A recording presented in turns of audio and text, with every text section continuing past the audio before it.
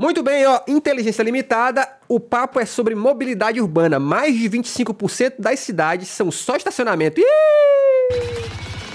Bora ver. Entendi. A Renata conta esse capítulo da história de São Paulo de forma muito perfeita, mas é uma tentativa de resgate, enfim, da gente reconquistar espaço urbano depois de um século, né, de política rodoviarista que a gente tem, pelo menos em São Paulo. Não é só São Paulo não, cara. Toda a cidade do... Quer dizer, posso falar de pelo menos a maioria, mas até aqui na minha cidade, interior do Pará, as cidades, elas crescem pensando em carro. Você primeiro abre rua, depois você asfalta, aí depois, quiçá, faz calçada. É tudo pensando em carro. Que começa no início do século XX. Tem um ponto da história de São Paulo que eu gosto muito de citar, que é a década de 20. Em 1927, especificamente, a Light, com todos os problemas que ela tinha na cidade, ela era a detentora da operação dos bondes. Ela apresenta para a cidade de São Paulo, para a Câmara dos Vereadores, para a Prefeitura, um projeto que é o Plano do Futuro, da Light, onde a expansão urbana da cidade se daria a partir de linhas de bonde, com aumento e melhoria do sistema de bondes e, pasme, em 1927, metrô subterrâneo. Ela já apresenta um plano de ampliação do bonde e metrô subterrâneo e que a cidade cresceria a partir disso. Cara, olha só que doideira, né? Os caras em 1927 já estavam pensando nisso. Aí hoje, 2023, não, o Elon Musk é top. Ele tem uma solução para transporte, que é um túnel que só passa carro. É um carro voador. Ai, que preguiça, meu irmão. Você sabe o que é capitalismo? Porque o cara quer continuar vendendo carro, né? Eles querem continuar vendendo carro. Naquele mesmo momento, como ela estava descredibilizada perante a Prefeitura e a Câmara Municipal, a cidade optou por um outro projeto de expansão urbana, que é o Plano de Avenidas, na época apresentada por dois engenheiros, Prestes Maia, que depois virou prefeito, e o Ulio Acintra, outro engenheiro, e esse Plano de Avenidas ditou todo o crescimento da cidade de São Paulo a partir da lógica que a Renata bem pontuou de mega avenidas, vias de fundos de vale, avenidas de trânsito rápido, e aí a cidade se transforma a partir de uma estrutura viária voltada ao automóvel. Então foi um momento chave que São Paulo poderia ter tido uma história completamente diferente. Imagina crescer associado ao transporte público. Ter estação de metrô em tudo quanto é... Teria mudado, teria sido Nova York, seria Paris. Outra cidade. Seria outra... Então... a história que a Renata conta aqui, né, especialmente dos anos 70 para cá, é uma história da gente tentar migalhas de uma estrutura rodoviarista que transformou a cidade, que arranhou a cidade, fez com que ela de fato se expandisse num espraiamento a partir da lógica do automóvel. E a gente está tentando corrigir isso. É muito difícil corrigir esse século de política rodoviarista acumulada. Então, quando a gente fala de 700 quilômetros de ciclovias, é um peido. Não é nada, tá certo? Não é nada, né? Peido é nada. Então, Não, sabe o que é 80%, curioso, só uns dados, Canzinha, 80% de toda a área viária construída é voltada ao automóvel. E tem um dado que é chocante. 25% de toda a área construída da cidade, imagina tudo que nós já construímos na cidade, 25% é só para estacionar carro. Caralho. É um grande estacionamento, né? Absurdo. Que? 25% por isso que é caro morar no centro. de toda a área construída da cidade de São Paulo. E isso eu tô incluindo Parelheiros, Marcilac, que você ainda tem áreas verdes. 25%. Um quarto da cidade é pra gente acondicionar carros. Então é inacreditável o desperdício de área, de espaço. Então são números chocantes. Aí chegam os brasileiros que vai para os Estados Unidos e fala assim, olha, você viu que nos Estados Unidos tem agora o quê? Estacionamento empilhado, você pega o carro, põe numa máquina que sobe assim, ó. Eu fico, caralho, bicho, vocês estão malucos? Vocês são capazes de construir um prédio pra botar carro, menos investir em transporte público. Vai tomar no cu. Mas, então, quando as pessoas acham que, poxa, pelo amor de Deus, o ciclovia tirou uma vaguinha de carro, ai, meu direito, estreitou tal faixa, lembre-se que a gente tem mais de 20 mil quilômetros de ruas, para só 700 quilômetros de ciclovia e ciclofaixas. Então é uma relação muito desigual. Tá certo?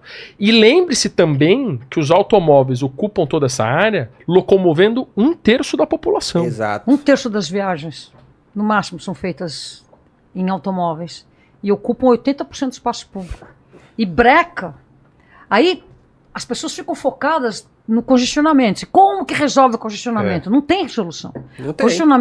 Congestionamento é um problema inevitável, uma consequência inevitável do excesso dos automóveis. E ponto.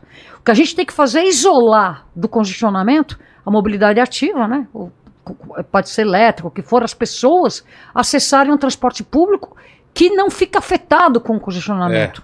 Entendeu? Fazer com que esse sistema... E tem que ser trabalhado como sistema. Não adianta também, né? Porque envolve o passageiro chegar no transporte público com dignidade, não se atirando no meio da avenida para poder chegar no ponto de ônibus. Ele tem que chegar por calçadas conectadas, agradáveis, com sombra e água fresca. Porque quem vai no modo ativo quer sim sombra e água fresca, por que não? Né? Então a gente tem que ter essa gentileza do nosso modal ser desenhado para pessoas. Isso é uma luta, porque você... Só para te dar um exemplo. A lei que garante que você tem uma Política Nacional de Mobilidade Urbana, que é uma lei de 2012, que ela é fruto daquele caderno das cidades, tudo que vem do Código de Trânsito, que ela é muito clara. Os modos coletivos e individuais de transporte, individuais, que eu digo mobilidade ativa, que eles chamam de não motorizado, mobilidade ativa e o transporte coletivo é a primeira prioridade. Não é o que acontece, mas essa é a primeira prioridade. Por que será? Eles são tão viciados em imaginar que nós somos, que a estrutura é a partir do motorizado, que quando eles descrevem nessa lei, são os modos de transporte. Eles colocam 1, motorizado, 2, não motorizado.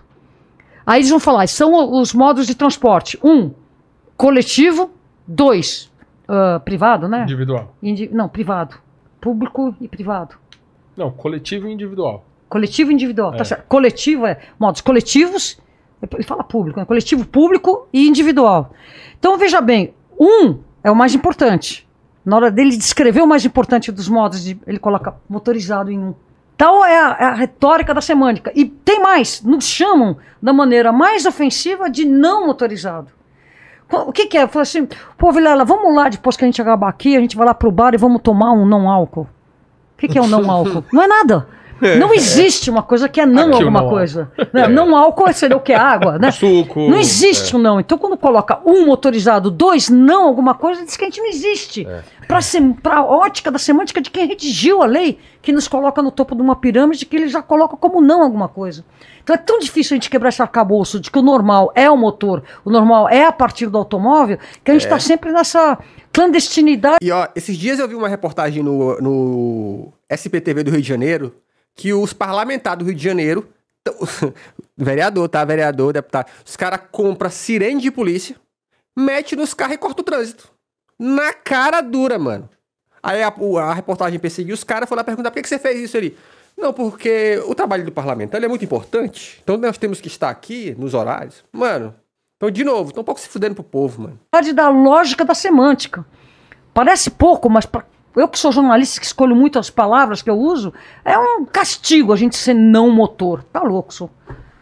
É como dizer que o brasileiro é não americano, né? É quase a mesma, tá na mesma linha do pensamento. O que eu ia complementar que a Renata... voto dos Estados Unidos que me diga.